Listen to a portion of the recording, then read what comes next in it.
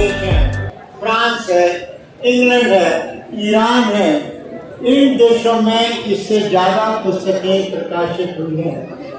तो इसलिए हम कहते हैं कि पुस्तक लेखन भारत में बहुत कम हो रहा है, जबकि इस देश की संस्कृति बहुत विशाल है, बहुत समृद्धशील संस्कृति है, बहुत पुरानी संस्कृति है। उसके बावजूद यहाँ पर लेखक नहीं आ पाते हैं। ये क्यों नहीं आ पाते और क्या है, इसके बाद का प्रश्न है। लेकिन ये कि जो इस कार्य में रत हैं वो अपने आप में एक बहुत बड़ा काम कर रहे हैं कि समाज के अंदर एक ज्ञान को लाना या ज्ञान समाज जैसे कहा जाता है, उसको बनाने की कोशिश जो है वो यही लेखक कर रहे हैं। जिनकी किताबों का यहाँ पे विमोचन हुआ है और इतनी सुंदर सुंदर किताबें, अगर उनका नाम ले लो तब मन पवित्र हो जाए। स्नेहा ठाकुर जी जो कनाडा से आई है, बहुत सुंदर किताब मारुति नंदन हनुमान, कितना सुंदर काम वो उन पर कर रही हैं। अवश्य ही उनकी सोच और जो उन्होंने पूरा जीवन में सनातन धर्म से सीखा है, मुझे उम्मीद है कि मैं उस किताब को जरूर पढ़ूंगा और जरूर आपसे संपर्क करूंगा। उसके बाद में एक किताब और बहुत प्यारी सी किताब, मेरे आराध्य शिव, संदीप कुमार जी शायद सामने बैठे हैं, आपके लिए बहुत बहुत शुभकामनाएं कि बहुत अच्छी किताब शिव शक्ति पर आपने निकाली है। शायद वही सबके स्रोत भी हैं और अपने ओझा जी की निकाली है, उनके लिए भी बहुत बहुत स्वागत है, बहुत बहुत धन्यवाद है। और जिन्होंने एक जिंदगी ना मिलेगी दोबारा, सुदेश जी। तो जितने भी ऑथर हैं, जिनके भी किताब यहाँ पे रिलीज हुई है, उन सभी के लिए बहुत बहुत धन्यवाद। हमें अपने आप पे विश्वास करना पड़ेगा। विवेकानंद जी भी ये कहा था कि बिलीव इन योरसेल्फ। जब तक हम अपने आप में विश्वास नहीं करेंगे तो दूसरे लोग तो हमें विश्वास दिलाते ही रहेंगे। हमें दूसरों की जरूरत नहीं है, अपने आप पे विश्वास दिलाने की जरूरत है। एक बात बहुत अच्छी किसी ने मुझे लिखा कि ऑथर को क्या करना चाहिए। कुछ ऐसा लिखें जो लिखने लायक हो, कुछ ऐसा लिखें जो लिखने लायक हो, कुछ ऐसा पढ़ें जो पढ़ने लायक हो। ये अजीब स्थिति है। अंग्रेजी की वर्चस्वता तो है नहीं, अंग्रेजी तो जानते नहीं। मुझे तो अंग्रेजी अंग्रेजों ने पढ़ा, लेकिन अंग्रेजी आई नहीं। मुझे अच्छा लगा तो शिवशंकर अवस्थी या जावेद की जो पॉलिटिकल साइंस वो हिंदी में बात, यही है और संस्कृति की विशेषता। किताबें झांकती हैं बंद अलमारी के शीशों, बड़े हाथों से पढ़ती हैं, महीनों हम मुलाकात नहीं होती। जो इसमें उनकी सोबत में कहीं कटती थी, गुजर जाती थी, अब तक गुजर जाती है कंप्यूटर के द्वारा। बड़ी बेचैन रहती है नींद करने के बाद। अरे भी बाबा बहुत मशहूर करता है, रोजगार की बहुत खोट होती है। किताबों के संबंध में कहीं मौका मिले तो आप पढ़िएगा। कहानियों का बहुत ही व्यापक प्रभाव रहा है संपूर्ण विश्व पटल पर।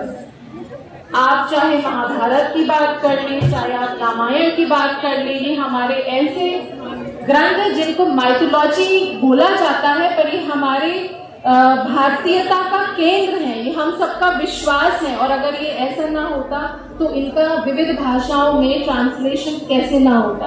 अगर आप रामायण की बात करें, ना केवल भारतीय भाषाओं में उसका इतना ट्रांसलेशन हुआ, आप साउथ एशियन कंट्रीज में इस रामायण का व्यापक प्रभाव देखें कि कंबोडियन रामायण, जिसको कि रामाकीर के नाम से या राम कीर्ति के नाम से प्रचारित है, इंडोनेशियन रामायण काकावीन, थाईलैंड की सभ्यता का प्रभाव दिखता है, वहाँ की रामायण रामाकीन, मलाय सभ्यता का प्रभाव दिखता है हिकायत सेरी राम, और श्रीलंका पे तो वैसे भी रामायण के पूरे प्रकरण की अमिट छाप है।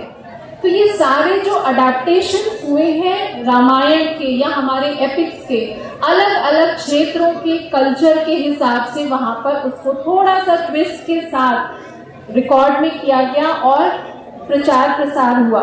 अगर आप देखें तो प्रचार प्रसार ना केवल पुस्तकों के माध्यम से अपितु art, painting, sketches, dance forms, आपके पत्थरों पे उकेरी गई स्कल्पचर जो भी हैं, इन सभी रूप में आप इन भारतीय पुस्तकों का, ग्रंथों का प्रभाव बहुत अच्छे से देख सकते हैं और महसूस कर सकते हैं। आप गीता का ट्रांसलेशन देखें, 70 से भी ज्यादा भाषाओं में, वर्ल्ड वाइड लैंग्वेजेस में इसका ट्रांसलेशन किया जा चुका है, जो अपने आप में प्रमाणित करता है कि भारतीय पुस्तकों की कितनी अमिट छाप है विश्व पटल पर। ये बुक सारे हमारे अभी काम ही नहीं शुरू हुआ, हम केवल अनुवाद कर रहे हैं, बहुत अच्छा अनुवाद कर रहे हैं, बड़ा अच्छा अनुवाद कर रहे हैं। हम अपनी भाषा में कब कम्युनिकेट करेंगे जब अपने, वही सर ने कहा कि अपने दिल से कब, मातृभाषा से कब कम्युनिकेट करेंगे जो दिल से निकला हुआ। हम बस लगे हैं कि अनुवाद हो जाए, अनुवाद हो जाए, अनुवाद हो जाए। और एक तीसरी भाषा कहेंगे इन्फ्लुएंस के लिए, जो भाषा चल रही उसके साथ चलना पड़ेगा। हमें खतरा अभी तक ऐसे था कि 26 शब्दों का, 26 अक्षर का अंग्रेजी दाव से चुनौती थी हमारी, 26 में हम 52 थे, लेकिन अब 5 मिलियन इमोजी से हमारा मुकाबला होने लगा है। क्या हम लड़ पाएंगे? क्या हम उतना कम्युनिकेटिव हैं? अगर हम किताबें लिखने की संख्या को, केवल प्रेजेंस को महत्व देंगे तो इन्फ्लुएंस नहीं रहेगा। अब बहुत बड़ी चुनौती है, ये हमारे सामने, हमारे बच्चों के सामने चुनौती है। आप बच्चे को लिख के देखिए, अभी मैसेज करिए अपने बच्चे को कि आप कहाँ हैं, वो एक इमोजी भेज देगा कि पढ़ रहे हैं, कुछ नहीं लिखेगा। भाषा खत्म हो गई है और हमें 5 अरब भाषा से चुनौती है। हमारे अखबार के सामने गतिविधियां होती हैं वो सब, और विशेष रूप से पुस्तकें, उनका प्रभाव विश्व पर पड़ना ही है, स्वाभाविक है। इसलिए एक तो ये हम मानकर चलें कि जितना भी साहित्य भारत में लिखा जा रहा है और लिखा गया है और लिखा जाएगा, वो सब का विश्व पर प्रभाव पड़ता है, पड़ेगा। मैं एक दो बातें उठाऊंगा जो अवस्थी जी ने एक तो चर्चा की कि भाई हमारे यहाँ पुस्तकें कम छपती हैं। उन्होंने कहा कि इसके कारण जो भी है चर्चा बाद में हो सकती है। सच बात तो ये है कि ऑथर्स गिल्ड बना भी इसलिए है कि ये जो पुस्तकें कम होती हैं, इसके जो कारण हैं उन पर भी हम विचार कर सकें और उसमें हम लेखकों के लिए क्या कर सकते हैं उसकी भी हम चर्चा कर सकें, जो कि हम चर्चा समय समय पर करते भी हैं। तो इसमें ऑथर्स गिल्ड का योगदान है। जो भूगोल की और गणित की पुस्तक है, तो लीलावती के माध्यम से पूरे विश्व ने भारत के ज्ञान को जाना। तो ऐसे बहुत सारे अपने साहित्यकारों के बहुत सारों के नाम लिए। पंचतंत्र, आपने पंचतंत्र की चर्चा की, 40 विदेशी भाषाओं में पंचतंत्र का अनुवाद होता है, 40 विदेशी भाषाओं में। आप सोचिए, छोटी सी पुस्तक है बच्चों की, लेकिन वो बच्चों की पुस्तक नहीं है, वो राजनीति की पुस्तक है, वो ज्ञान की पुस्तक है। वो किस प्रकार से ज्ञान को बच्चों तक या बड़ों तक भी पहुंचाया जा सकता है। की अनेक विधाओं में लिखा है, क्योंकि एक हिंदी से प्यार था, ये सोचा था कि अपनी भाषा को, अपनी संस्कृति को दे सकूं। लेकिन 10-15 साल पहले एक चीज दिमाग में आई कि कविता कहानी ऐसा लिख रही हूँ, लेकिन उससे मेरे बच्चों का क्या होगा। और मेरे बच्चों से मेरा मतलब मेरे 2 पुत्र, उनका परिवार नहीं है। मेरे बच्चों से मेरा मतलब वहाँ के भी भारतीय बच्चे और जो कनेडियन बच्चे हैं, सबको मिला करके। क्योंकि एक उम्र ऐसी आती है कि जब माँ सबकी माँ बन जाती है, सिर्फ अपने ही बच्चों की माँ नहीं रह जाती। तो उस दृष्टिकोण से मुझे ऐसा लगा कि मुझे ऐसा लिखना है जो कि हमारी भारतीय संस्कृति को ऊपर ले जा सके। पूरा पश्चिमी मैंने लिखी थी एक बार, उसमें दोनों ही संस्कृतियों की अच्छाइयों को जोड़ा था। मेरा ये विश्वास था कि मैं ऐसा ना लिखूं कि यहाँ वो बुराई है, वहाँ ये अच्छाई है, या यहाँ ये अच्छाई है, वहाँ बुराई है। इसकी बनिस्बत मैं चाहती थी कि दोनों देशों की अच्छाइयों को लेकर के मैं अपने बच्चों को वो दे सकूं, संस्कार दे सकूं, जो कि एक नई पीढ़ी का जन्म। पुस्तकालय विज्ञान का विद्यार्थी रहा, उसका अध्यापक रहा, तो मैं तो चाहता हूँ, हमारा सिद्धांत है कि प्रत्येक पुस्तक को उसका पाठक मिले और हर एक पाठक को उसकी पुस्तक मिले। ये हमारा सिद्धांत है पुस्तकालय विज्ञान का। हमारे भारतीय पुस्तकालय विज्ञानी हुए एस.आर. रंगनाथन कर्नाटक के थे, उनके नियम पूरे विश्व में चलते हैं।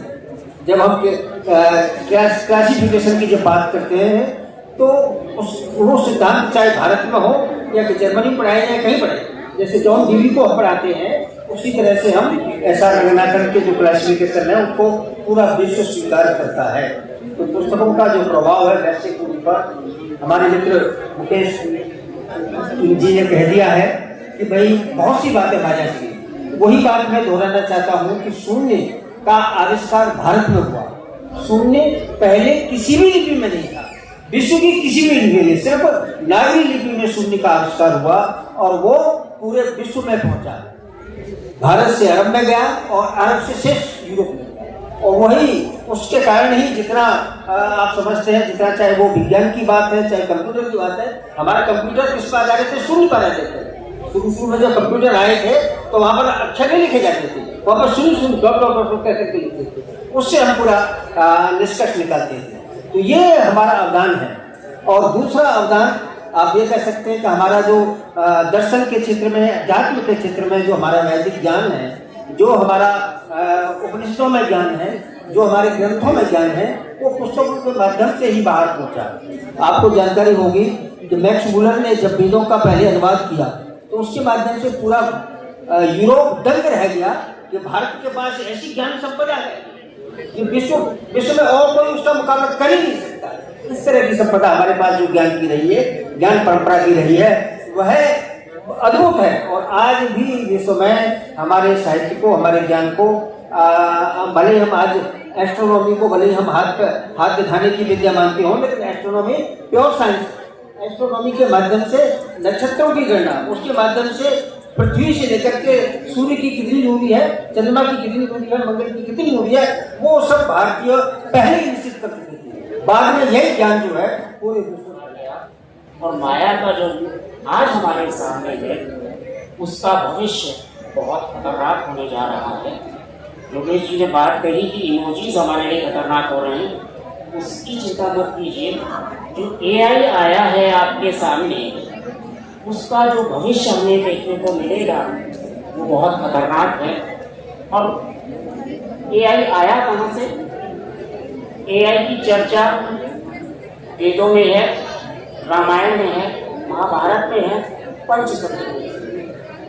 योगेश को बता दूँ, उन्होंने कहा कि हिंदी में किताब लिया है, और जल्दी आपको मैं किताब दे दूँगा, इसका मेरा रिसर्च चल रहा है। माया का जो रूप हमें वेदों में या हमारे धर्म शास्त्रों में मिल रहा है वो कृत्रिम बुद्धिमत्ता है। हमने अपने बच्चों को ये दिखाने के लिए, समझाने के लिए, अपने संस्कारों से वाकिफ कराने के लिए शेर को राजा बना दिया, चालाक लोमड़ी की उसकी चालाकी वहां दे दी,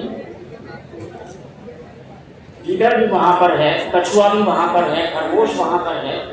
तो ये हमारे ऋषियों का या पुराने जो लेखक हैं उनकी कृत्रिम बुद्धिमत्ता थी कि हम अपने बच्चों को सामाजिकता कैसे सिखाएं, संस्कार कैसे सिखाएं। इसके मूल विचार को जो दिए गए हैं आखिर इसने नहीं दिए, तो मूल विचार और मूल चिंतन से हमारा वास्ता जब होता है तो मैं समझता हूँ कि मैं विश्व हिंदी सम्मेलन समन्वय समिति के सदस्य के नाते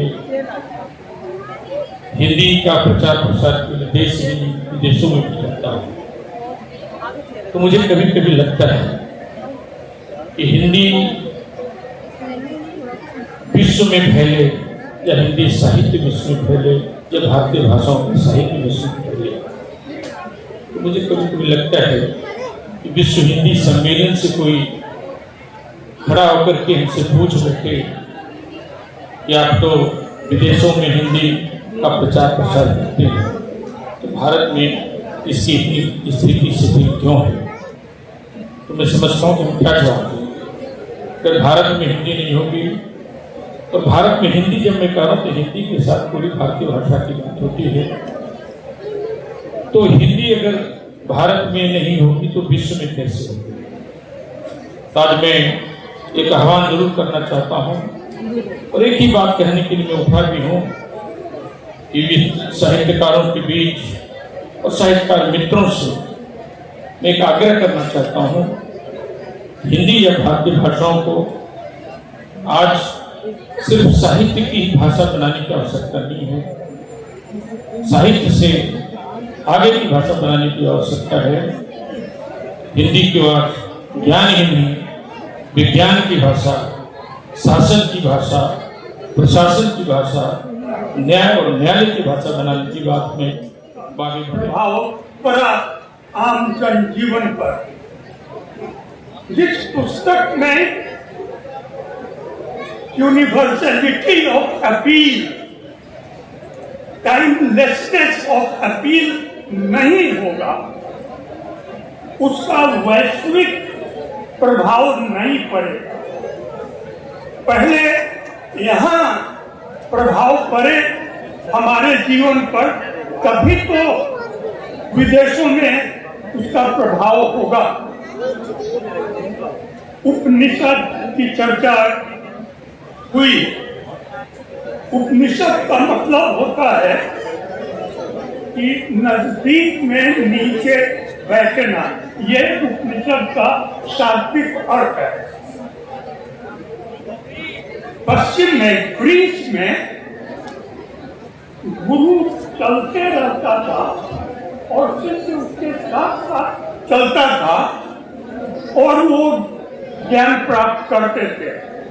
हमारे यहाँ गुरु ऊपर बैठते थे अपने आसन पर और शिष्य नीचे बैठकर विद्या ग्रहण करता था।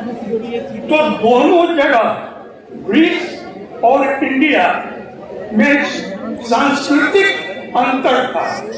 हमारी संस्कृति उपनिषद की संस्कृति थी, नीचे बैठकर हम विद्या अध्ययन करते थे। वहां की संस्कृति थी कि चलते चलते वो अध्ययन करते थे। लेकिन इसके बावजूद उपनिषद का इतना प्रभाव पड़ा कि पाइथागोरस, सोक्रेटिस, प्लेटो, प्लॉटिनस, ये सारे लोग हमारे उपनिषद से प्रभावित चाहे अब जाति धर्म सब मिट जाए नफरत राशि, हम हो केवल हिंदुस्तानी, हो बस केवल भारतवासी। हम हो केवल हिंदुस्तानी, हो बस केवल भारतवासी। मानववाद ही एक धर्म हो, मानववाद हो एक कर्म, मानव सब धर्मों से प्यारा, कोई न मन में रहे भरम। मानववाद ही एक धर्म हो, मानववाद ही एक कर्म, मानव सब धर्मों से प्यारा, कोई न मन में रहे भरम। हर न राजा नारी रानी, मिटे सभी वैषम्य कहानी। हर कुटिया मालिक हो अपनी, यहाँ न कोई दासा दासी। मिट जाए अब जाति धर्म सब, मिट जाए नफरत राशि। हम हो केवल हिंदुस्तानी, हो बस केवल भारतवासी। हर पंछी को नीड़ हो अपना, हर नौका को लंगर, हर राधा को सहज सुलभ हो वंशीधर पीताम्बर। हर सीता को मिला करे मन भावन श्यामल सुवर। धरती का हर प्रणय निवेदन सुना करे नीलांबर। वाल्मीकि को शोक न पुछे, गौतम बने न सन्यासी। लक्ष्मण को कोई बाण लगे नहीं, राम न हो वनवासी। मिट जाए अब जाति धर्म सब, मिट जाए नफरत राशि। हम हो केवल हिंदुस्तानी, हो बस केवल भारतवासी। यहाँ नहीं बाणों से आज क्रौंच करे कोई क्रंदन, फंसे नहीं अभिमन्यु की में सभी काश हो चंदन। हर सरिता को पास बुलावे उसका प्रेमी सागर। हरी भरी सब यौवन प्यारी, हरी भरी हो गागर। अंदर अंदर गोपी नाचे, बाहर नटवर नागर। कण कण ही काबा काशी हो, मन मन मस्जिद मंदिर। सूत्रधार अब राजनीति के, जान दिया गया, सूत्रधार अब राजनीति के हो जाए आश्रमवासी। शासन करे भरत के जैसे, बन तपस्वी सन्यासी। मिट जाए अब जाति धर्म सब, मिट जाए नफरत राशि। हम हो केवल भारतवासी, हो हम हो केवल हिंदुस्तानी, हो बस केवल भारतवासी। बहुत अच्छी आपकी भारत ही अल्लाह हो अपना, भारत ही भगवान, भारत ही ईसा गौतम हो नानक संत पुराण, भारत ही मंदिर और मस्जिद, भारत वेद पुराण, भारत ही काबा और काशी, बाइबल और कुरान, समता सुमन किले बदलियन में वर्धमान नित्य समृद्धि राशि, मिट जाए अब जाति धर्म सब, मिट जाए नवभाषी, हम हो केवल हिंदुस्तानी, हूँ बस केवल भारतवासी, हूँ बस केवल भारतवासी। ये मेरे पिताजी आचार्य रविन्द्रनाथ टैगोर जी